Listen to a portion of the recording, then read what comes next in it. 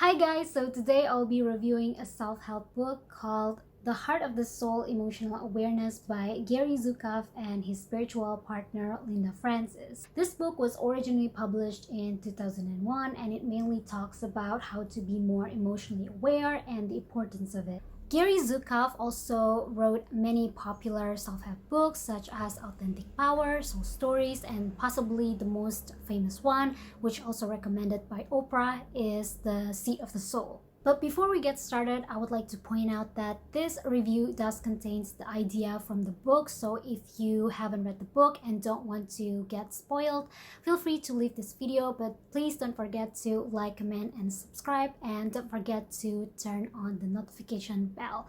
Now that I get all the basic information all of the way, let's just get started with the review. The main point of the book is delving into the importance of emotional awareness, which is being aware to how your body responds to your feeling. This book established that emotion is a precious tool that conveys important information. When you are aware of how you're feeling, for example, if you're hurting, you then know that it is time for you to do something about it. The book itself is divided into three sections. The first one is fundamental, the second one is running away, and the third one is common sense. First section talks about the idea that emotional pain connects to physical pain through the idea of chakra. This teaching then will be also used as exercises in the second section of the book.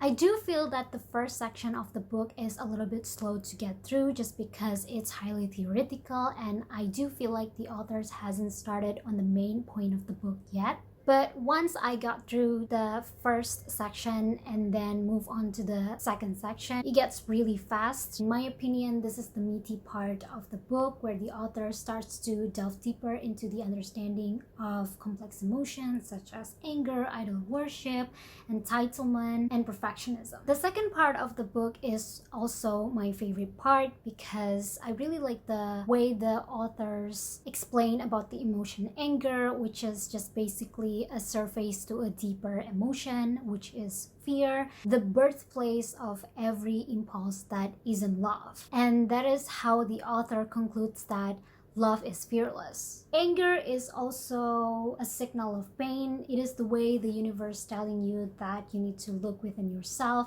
so that you can heal. The writing style of this book is very accessible. It doesn't have a lot of pages. It was a really quick read for me. I read a lot from the Goodreads review that this book contains a lot of repetition from his other works, from his previous works like The Seat of the Soul. While I cannot personally confirm that is the case or not, as I haven't read The Seat of the Soul, but I can confirm that within this book there's a lot of repetitive ideas that the authors might have rendered. The authors use many repetitive examples during the book, so I think that if the authors wants to summarize their points a little bit, I think it would be a bit better. Sometimes I found myself skimming throughout the book just because it's super repetitive and I already get the main idea from the first example. Another critique for the examples that are rendered in this book is that because this book was published in 2001, it's probably written way older than that. Some of the examples might be a little bit outdated and not applicable to this era. For example, in the idol worship section, it's basically talking about how you mold yourself into an ideal person, into somebody else as opposed to yourself. If you mold yourself like an ideal father, for example, you won't be able to feel vulnerable. While I agree with the underlying idea that if you mold yourself into someone else that is not entirely yourself, that will become dangerous, but I don't think that it's necessary for you to not be able to feel vulnerable. As if the idea of becoming a father is to always be strong and not being able to feel yourself vulnerable. Fathers can feel vulnerable as well.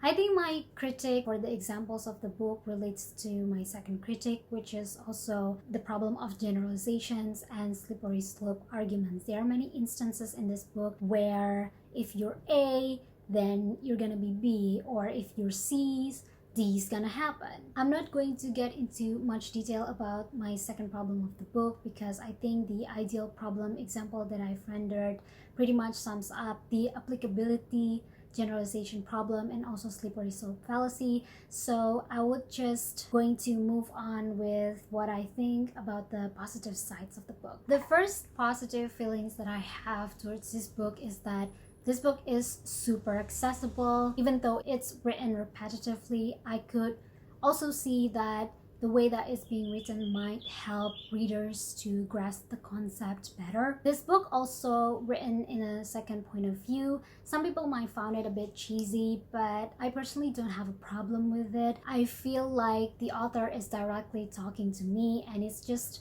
easier for me to grasp the author's idea, and sometimes I feel like my own feelings and emotion is being dismantled by the authors. And that's why I think reading this book is quite intense. Sometimes it feels too close to home, and it has many quotable words as well. For example, "You are the source of your happiness. It is not a gift that is bestowed upon you or a treasure that you find. It is a creation, and you are the only one who can create it." I think this is a beautiful sentiment that happiness is a choice, and it relates to something that is internal and therefore eternal, as opposed to something that is external and something that we sometimes can't control. I also really like the way the authors renders many graphs in the book and also bold the point that they want to emphasize.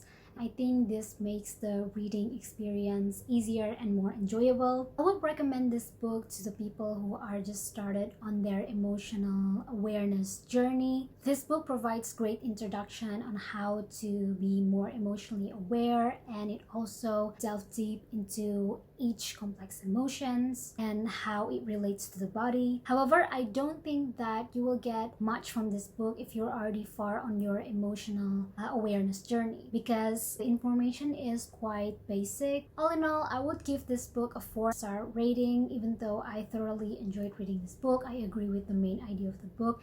There are still obvious issues that I can't overlook, like the fallacy argument, the problem with the examples, and the repetitive aspect of the writing. Last but not least, not like a warning, but more like a side note, this book relies heavily on the New Age movement teachings, so you really need to keep an open mind when reading this book. If that's not a teaching that you're particularly on board with, you might not want to pick up this book. So that was today's review of The Heart of the Soul, Emotional Awareness by Gary Zukav and Linda Francis.